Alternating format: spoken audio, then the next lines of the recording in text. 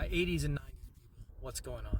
I want to ask you a question because I want to see if my recollection of the past aligns with your recollection of the past. And it's about forgiveness. Growing up, did you hear the saying that America is the land of second chances? Do you remember that? I heard it all the time. And as a matter of fact, it wasn't just the land of second chances. It was the land of third chances, fourth chances. All we asked of people was to admit their mistakes and apologize, and you were welcomed back in. You weren't canceled, none of that. You just had to apologize, acknowledge you made a mistake. And do you also remember that the things we quote unquote canceled people for, got on people's asses for, were legitimate? It was like legitimate stuff. You got a DUI and, killed 4 people, you had to come back, so had an addiction, the country was more like a big AA meeting. And we all, especially in the 80s, 90s, we started to forgive each other and give people second, third, and fourth chances.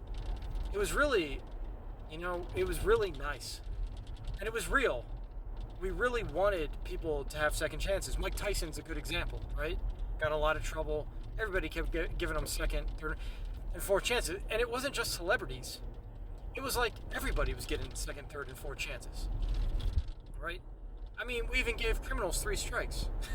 You get more chances here.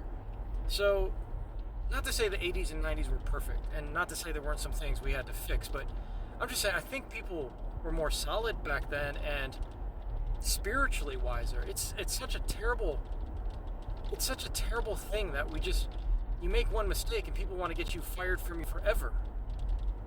Now, are they able to actually do that? In most cases, no, right? In most cases, no. They can't cancel you forever. But they can make your life a living hell for a while. And then 2 things. 1, they never accept your apology. They ask for your apology. They never accept it. And 2, if you apologize, they dig it in. They keep attacking. It's not that they just don't accept it. They don't accept it, and then they continue to attack you. And the biggest mistake you can make in this era, as you all know, is to apologize for something that is essentially nothing. In some cases, you end up apologizing for 1, speaking the truth, 2, being nice, right? Like doing something, asking somebody, oh, where are you from? And then you got a microaggression and people. So the cancellations come for things that are harmless, benign, or maybe they are a little offensive, but they're misdemeanors, right? Like you accidentally say something, put your foot in your mouth, and they act like they're JFK. And they when he was assassinated, it's like you hit them with something that they cannot handle. So I don't love this era. It reminds me too much of Maoism. If you study Maoist China and the Red Guards, I'm not the first to point this out, I won't be the last. It really bothers me. I don't like it. I don't like it at all. And I don't like it because I think it really does tear the nation apart. The 80s and 90s were so much better. Even the early 2000s, you could kind of see this stuff coming. But generally speaking, it was just a better, psychologically healthier time. And what's really odd, if you really think about it, what's really odd is these are the people who are super concerned about mental health. And they go around endlessly talking about certain groups of people being W supremacists. I mean, that's insanity, right? Like, that's not healthy to call somebody that when they're not that, right?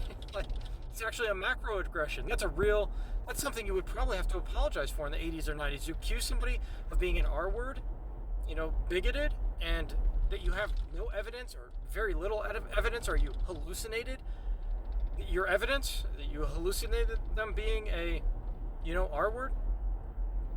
We used to make people apologize for that. Now you have to apologize for their, you apologize, sorry you had your hallucination about my nature. And as we said, that just leads to more chaos. And it brings out the bloodlust in them. Once they see blood, some of these woke progressives, man, it's like, sometimes wolves will go into a hen house and they kill all the hens for no reason. They just complete blood frenzy. Right? It's kind of like that with politics. Rest assured, I know the right wing can do this, has done this, and will do it as well. But we'd be lying if we didn't notice just how pervasive it is on the left. It's pervasive in major institutions of major institutions like academia, the corporate world, Hollywood. It's everywhere. This sort of attitude. It seems it like backs away for a while. It kind of retreats for a while, and it's not as bad. Then it just comes back with a vengeance. And I'm really worried with Kamala Harris, and somebody yelled at me the other day for saying her name wrong. Am I saying her name wrong? Kamala? I honest to God don't know how to say it. And then I saw her say it two different ways. She also said it Kamala. She said it a bunch of different ways too. Whatever. I mean, that's the type of like insanity. Somebody wrote in the comment section like that's willful ignorance, and I wrote back. I said she said it two different ways.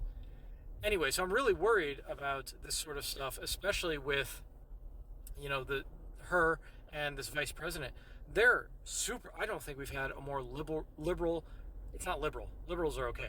Woke progressive pair. This is the most progressive far left candidacy that I can remember in my lifetime. I was born in 1981, so it's a little scary. You could see this may just come back with a vengeance. All of this stuff, and typically reports of woke's demise are greatly exaggerated.